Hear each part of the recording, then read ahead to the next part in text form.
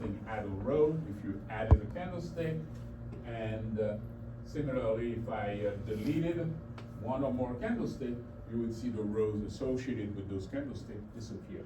Yes?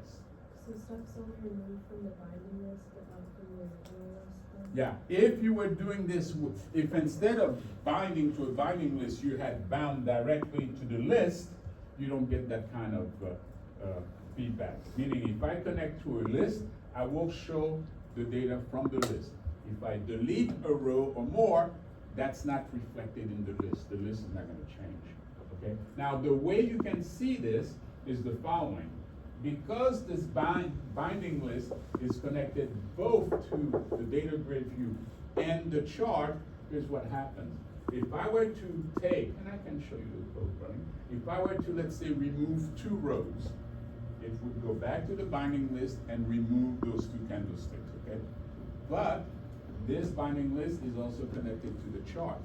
It would tell the chart, hey, I've just lost 2 candlesticks, and the chart would now lose those 2 candlesticks. So a change made over here would also be reflected here via the binding list.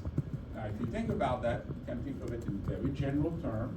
Again, having the abstract thought and the concept, wow, I can have one control talk to another control via, let's say, binding list.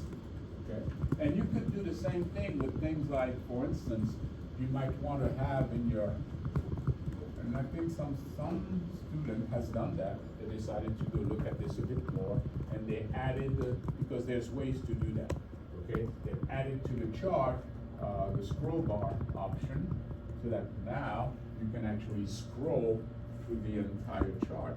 So as you move the scroll bar, this whole thing, there's a window that gets moved back or forth. But you could have it so that a scroll bar is bound to another scroll bar, so that when you move this guy also moves, and vice versa. I mean, you can do all kinds of things once you understand that, oh, I can make one control talk to another control via events, okay? So, but does this look like what you had to do so far? Okay, let's give you a few seconds break while I go and show what that would look like, and then we're going to talk about, well, if we want to now be able to select multiple files, how do we display that? How do we do that?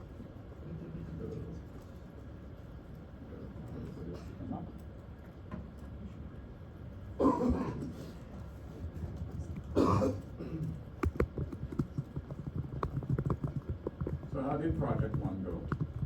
Pretty good. Who's crying over project 1 right now? Nobody? Okay, good. I like seeing students cry. That happens too often in my office. So,